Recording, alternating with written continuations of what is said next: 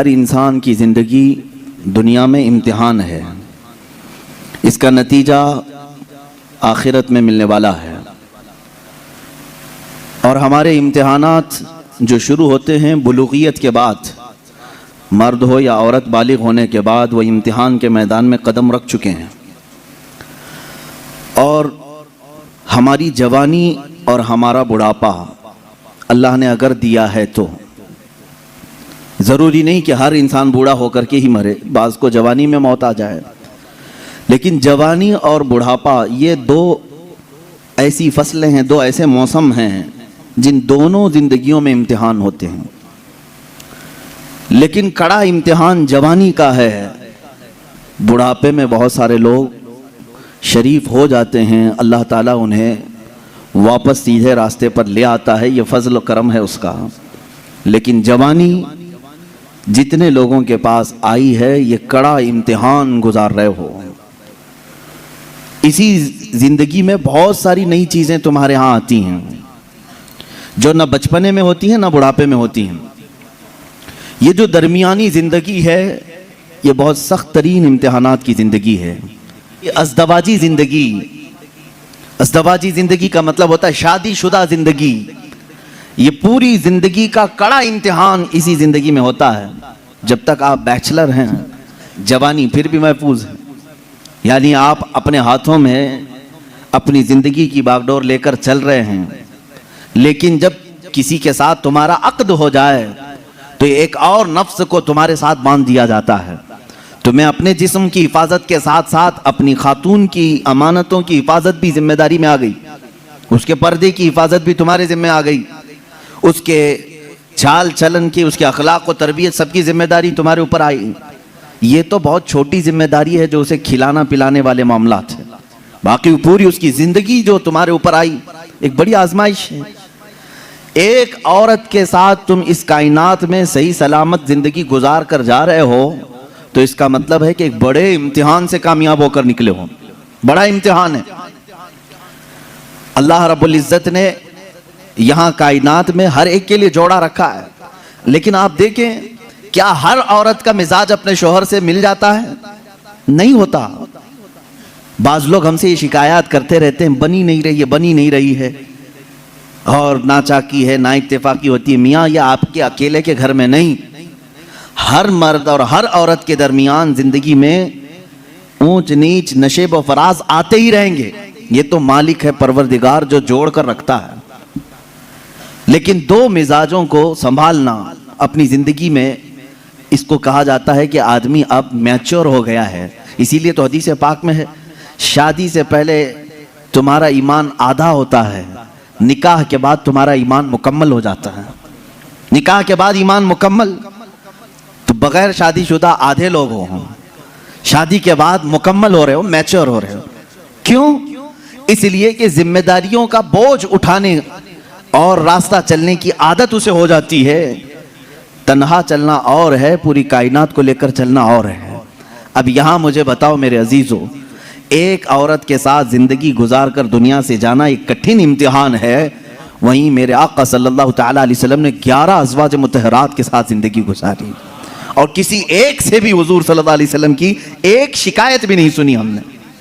آج دنیا میں چاہے جو بھی پرہیزگار ہوں، جیسے بھی ہوں، بڑے سے بڑے بادشاہوں کی بیویاں ہوں، لیکن ان کو اپنے شوہروں سے کہیں نہ کوئی شکایت ہوگی، کچھ بھی ہو سکتی ہے، سب کچھ اچھا رکھا ہو، لیکن کسی دن اس کی خواہش کے مطابق اس کی مٹھائی نہ ملی تو اسے شکایت ہے اپنے شوہر سے، مجھے مٹھائی نہیں کھلایا آج۔ یہ سب کی زندگیوں میں عورتوں کو اپنے شوہروں سے کچھ نہ کچھ شکایات ہیں۔ کوئی بھی اس کے پسند کے کپڑے آپ نہیں لا کے دے سکے، اسے آج اپنے ماں باپ کے گھر جانا تھا تم نے ٹال دیا، اس کے گھر والے آ رہے تھے ان کے ساتھ تم نے صحیح برتاؤ نہیں کیا، یہ شکایات اپنے شوہر سے وہ رکھتی ہے۔ قربان جاؤ، یہ 11 بیویوں میں سے سب سے پوچھا گیا رسول اللہ صلی اللہ تعالیٰ علیہ وسلم کی حیات تمہارے ساتھ کیسی تھی؟ وہ ازواج مطہرات کہتی ہیں اللہ کے نبی صلی اللہ تعالیٰ علیہ وسلم نے پوری زندگی میں ہمیں اف تک نہ کہا۔ ہم غلطیاں کرتی تھیں، خطا کرتی تھیں، لیکن رسول پاک صلی اللہ تعالیٰ علیہ وسلم اسے درگزر فرمایا کرتے تھے۔ میرے عزیزو، اس کا مطلب ہے حضور صلی اللہ تعالیٰ علیہ وسلم کو ازدواجی زندگی میں بھی آزمایا گیا تو بڑے امتحانوں سے، یہاں ہم ایک بیوی کے ساتھ امتحان میں آئے ہیں، رسول پاک صلی اللہ تعالیٰ علیہ وسلم نے 11 ازواج مطہرات کے ساتھ عدل و انصاف کا پرچم بلند کیا ہے، کوئی ایک بیوی بھی شکایت نہیں کر سکتی۔ حضور پاک صلی اللہ تعالیٰ علیہ وسلم خود اپنی حدیث میں ارشاد فرماتے ہیں، خیرکم خیرکم لأہلہ، تم میں سب سے بہتر آدمی وہ ہے جو اپنے گھر والوں کے پاس اچھا ہو، اپنے اہل و عیال کے پاس اچھا ہو، وہ سب سے اچھا آدمی۔ ہاں باہر بہت نیک بنتا ہے، اندر جا کر کے ساری شرافت ختم ہو جاتی ہے، ایسے بہت سارے لوگ ہیں، باہر ان کو دیکھا جائے تو ان کے ہاتھ میں تسبیح مسلح سب کچھ ہے، عورتوں کے ساتھ بدتمیزی اور برا سلوک بھی ہے۔ ایسے کئی لوگوں کی عورتیں بھی شکایات درج کراتی ہیں اور وہ کہتی ہیں کہ ہمارے شوہر کوئی نماز قضا نہیں کرتے، اور پلس یہ کہ میرے پاس جو شکایات آتی ہیں اس میں ایک ایڈنگ یہ بھی رہتی ہے، آپ کا کوئی بیان بھی مس نہیں کرتے ہیں۔ اس کے باوجود ان کی شکایت یہ ہوتی ہے کہ گھر میں ان کا سلوک بہت برا ہے، ہمیں خنزیر کہتے ہیں، ہمیں کتا کہتے ہیں۔ شوہروں کے متعلق عورتوں کی شکایات ہیں میرے سے، میں پرٹیکولر کسی ایک کو ٹارگٹ نہیں کر رہا، جس کی زندگی میں یہ معاملات ہیں وہ توبہ کر لے، اس لیے کہ میرے آقا صلی اللہ علیہ وسلم نے فرمایا عورت تو عورت ہے، جانور کے ساتھ بھی اگر تم نے برا سلوک کیا تو قیامت کے دن اس جانور کو بھی بدلہ دلایا جائے گا، وہ جانور اپنے سینگ نکال کر تمہیں مارے گا، قیامت کے دن وہ اپنا بدلہ لے گا۔ اس کے چہرے پر اگر کسی نے مارا ہے ناحق بغیر ایذا دینے والے جانور کو تم نے مارا ہے تو اس کا بدلہ قیامت کے دن دلایا جائے گا۔ عورت تو عورت ہے، اور اللہ تعالیٰ نے تمہارے ذمے میں دیا ہے یہ کہہ کر کے نہیں کہ لو اس سے جتنا چاہے کام لے لو، بلکہ اس صنف نازک کو اللہ نے تمہاری تربیت میں عطا کیا ہے۔ یوں ہی سمجھو کہ اگر تمہارے پاس کوئی نرم و نازک چیز سرپرستی اور نگرانی کے لیے دے دی جائے تو اس کی کیسی حفاظت کرتے، اسی طرح سے تمہیں حفاظت کرنے کا حکم ہے۔ اب اور ایک بات، حضور پاک صلی اللہ تعالیٰ علیہ وسلم کی جو ازدواجی زندگی ہے، عائلی زندگی اس کو کہیں، حضور صلی اللہ تعالیٰ علیہ وسلم کی جو شادی شدہ زندگی ہے، اس کے معاملات ایسے ہیں کہ ساری بیویاں ایسے حضور کے پاس نہیں آ گئی تھیں کہ وہ پہلے سے بہت ہی اعلیٰ قسم کی اخلاق و کردار اور سارے تمام تر صفات لے کر نہیں، بلکہ محدثین فرماتے ہیں حضور پاک صلی اللہ تعالیٰ علیہ وسلم کی صحبت نے انہیں کامل بنایا ہے۔ یہاں سے ایک بات پتہ چلتی ہے کہ تم پہلے سے حور ڈھونڈ رہے ہو، پہلے سے ایسی ہو کہ اس کے اندر یہ کوالٹی ہونی چاہیے۔ اللہ کے رسول صلی اللہ تعالیٰ علیہ وسلم نے نکاح کر کے انہیں کامل بنایا ہے۔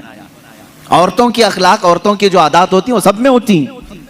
ازواج مطہرات جو حضور کے نکاح میں آئیں، عورتوں والی صفات ان کے اندر بھی تھیں، ان کے اندر بھی تھیں، جیسے کہ حضرت عائشہ صدیقہ رضی اللہ تعالیٰ عنہ کے متعلق کئی حدیثوں میں ملتا ہے، چھوٹی عمر کی تھیں، حضور پاک صلی اللہ تعالیٰ علیہ وسلم نے ہر مقام پر ان کی تربیت کی اور انہیں ایک مہ کامل بنایا، بلکہ امت کے کئی صحابہ کا استاد انہیں بنایا۔